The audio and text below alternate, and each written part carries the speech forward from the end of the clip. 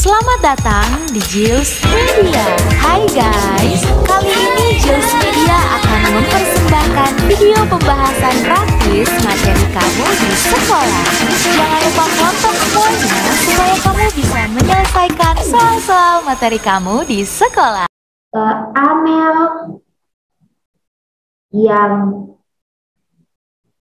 mengenakan baju berwarna putih akan mengikuti UTBK pada tahun depan. Nah, ini bentuk sebuah kalimat. Kemudian kita mencari pola kalimatnya. Ini yang kakak sampaikan bahwasanya di dalam bentuk sebuah kalimat terkadang dia menggunakan penggunaan me dua ataupun kombinasi me dan ber ataupun yang lainnya. Kita akan analisis. Ketika mau polakan kalimat terlebih dahulu kita cari dulu predikatnya. Ciri-ciri dalam predikat tadi dia membentuk penggunaan kata kerja. Me, ber, di, ter. Kita akan analisis dulu yang mana bentuk kata kerjanya. Amel yang mengenakan ada penggunaan me. Kita lanjut.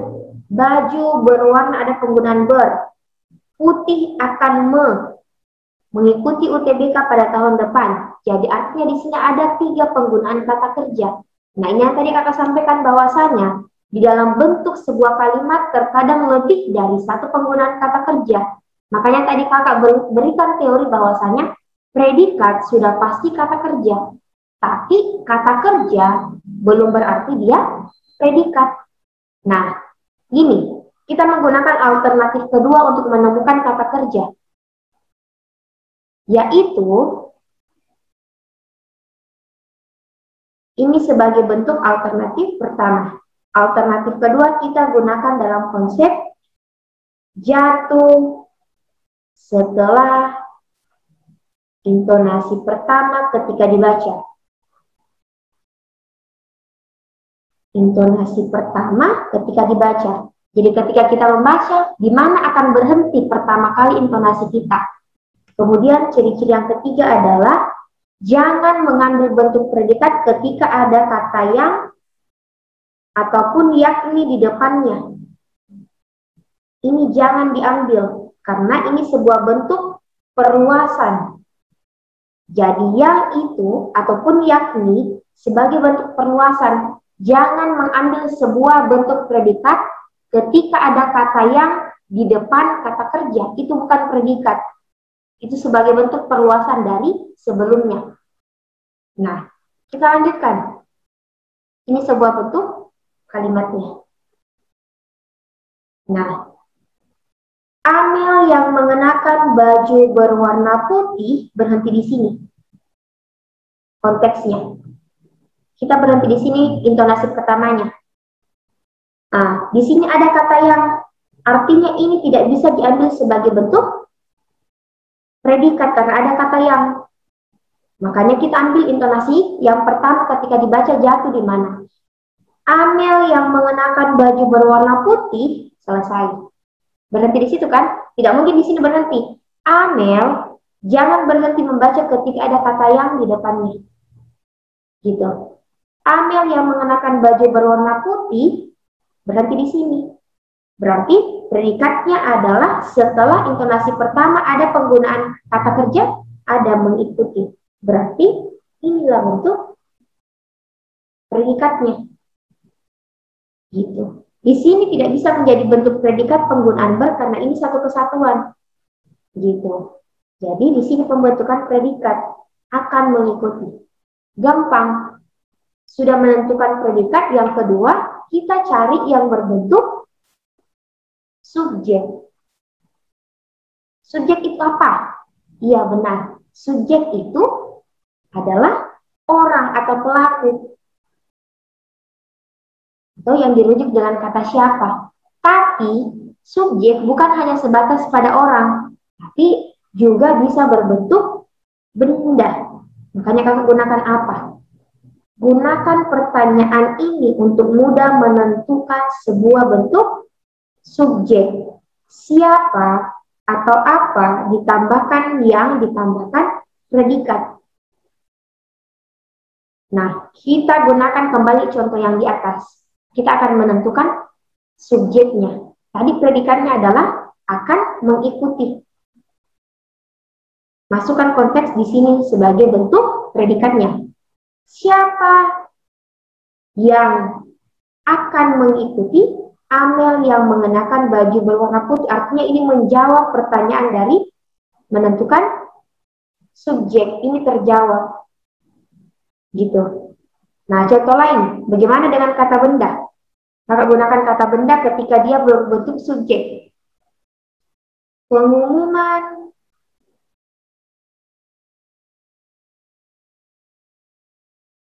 uji coba UTBK akan diinformasikan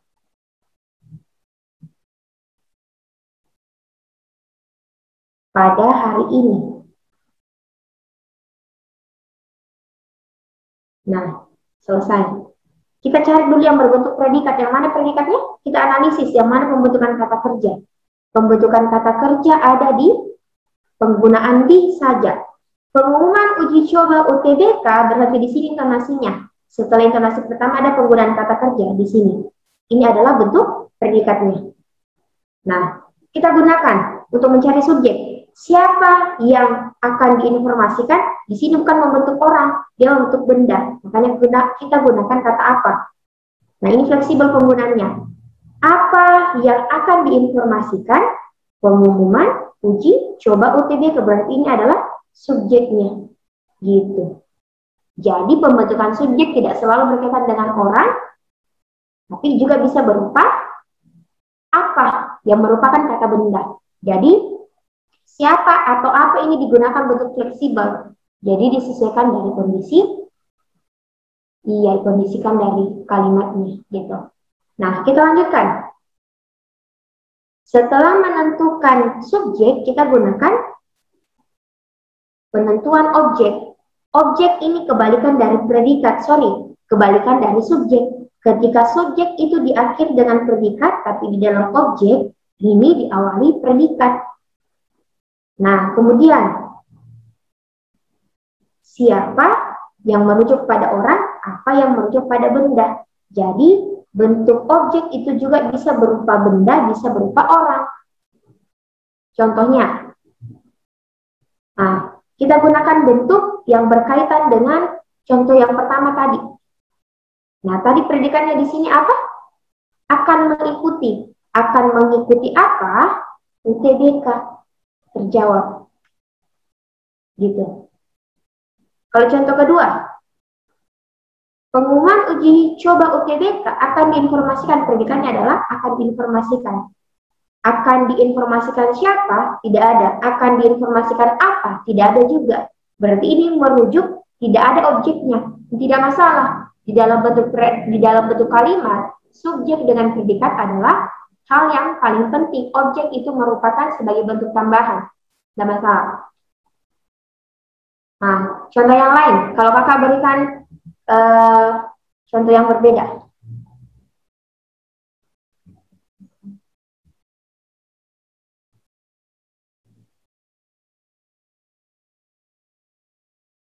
Pulpen baru dibelikan ayah pada sore hari. Nah, ini bentuk kalimat. Yang mana bentuk predikatnya yang terlebih dahulu? Yang membentuk kata kerja, hanya satu kata kerja di sini. Kita cek bahwasanya jawab intonasi pertama, iya. Pulpen baru dibelikan, berarti ini predikatnya. Kita menentukan subjek. Siapa yang dibelikan? Tidak cocok, karena ini berbentuk benda. Apa yang dibelikan? Pulpen baru. Gitu. Cara menentukan objek. Dibelikan Apa? Tidak cocok. Dibelikan siapa? Ayah. Berarti terjawab. Gitu. Gampang kan? Iya. Nah, kemudian lanjut. Setelah objek, kita langsung masukkan pelengkap. Pelengkap ini merupakan yang bisa menggantikan posisi objek. Tapi persyaratannya adalah ketika predikat kalimat tersebut menggunakan imbuhan ber. Jadi gampang menentukan sebuah pelengkap. Lihat langsung predikatnya. Ketika predikatnya adalah ber, berarti setelah itu bukan objek, pasti pelengkap. Contohnya. Contoh. Ayah bekerja sebagai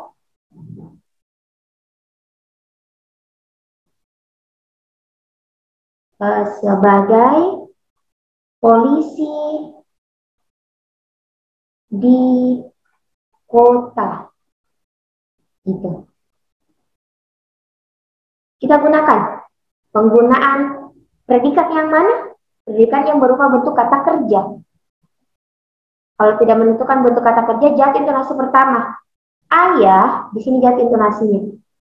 Berarti ini predikatnya, apalagi ini berupa kata kerja. Nah, kita cari subjeknya. Siapa yang bekerja? Ayah. Ini menggunakan penggunaan ber. Sama penggunaannya ber dan ber di sini.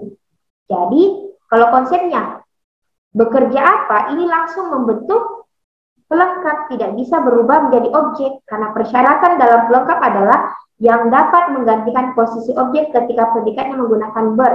Berarti ini adalah pelengkap. Gitu dia. Jadi intinya ketika kalian menemukan penggunaan kalimat yang menggunakan ber, artinya itu setelahnya adalah pelengkap, bukan objek. Gitu. Makanya di contoh-contoh sebelumnya kakak tidak menggunakan ber, karena itu menggunakan penggunaan objek. Gitu. Lanjut, yang terakhir. Yang terakhir adalah keterangan. Keterangan itu terbagi menjadi 3. Keterangan waktu, cara, dan tempat. Tapi ciri-ciri dalam menentukan sebuah keterangan itu ketika menemukan bentuk konjungsi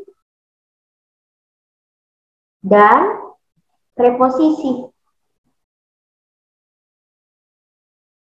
Apa itu konjungsi? Konjungsi itu kata hubung. Kata hubung contohnya sehingga, ketika, saat, dan, atau, yang. Gitu penggunaannya. Itu bentuk konjungsi. Yang menghubungkan satu kata dengan kata yang lainnya. Kalau preposisi yang mana? Preposisi itu kata depan. Kata depan contohnya di, dari, kepada, daripada. Itu penggunaan kata depan. Jadi, kalau kalian menemukan sebuah bentuk konjungsi ataupun preposisi di dalam sebuah kalimat yang menentukan waktu, tempat, dan cara, itu adalah keterangan. Kita akan analisis kembali pada contoh sebelumnya. Contoh yang pertama tadi. Di sini ada kata pada. Ada kata pada, berarti dia merujuk pada tahun. Ini merujuk pada waktu, artinya ini adalah keterangan. Selesai. Gampang cara menentukan keterangan. Contoh yang kedua, ini juga ada kata pada, berarti ini merujuk pada keterangan juga. Gitu. Nah, lanjut lagi. Bagaimana dengan ini? Ada kata pada juga, berarti dia merujuk pada waktu. Berarti ini adalah keterangan. Ini merujuk pada kata depan. Lanjut. Ini apa pembentukannya?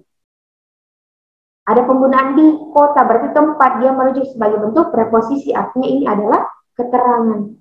Gitu dia. Gampang kan? Jangan lupa subscribe, like, komen, dan share. Serta bunyikan lonceng notifikasinya. biar tidak ketinggalan video baru dari Jius Media. Terima kasih.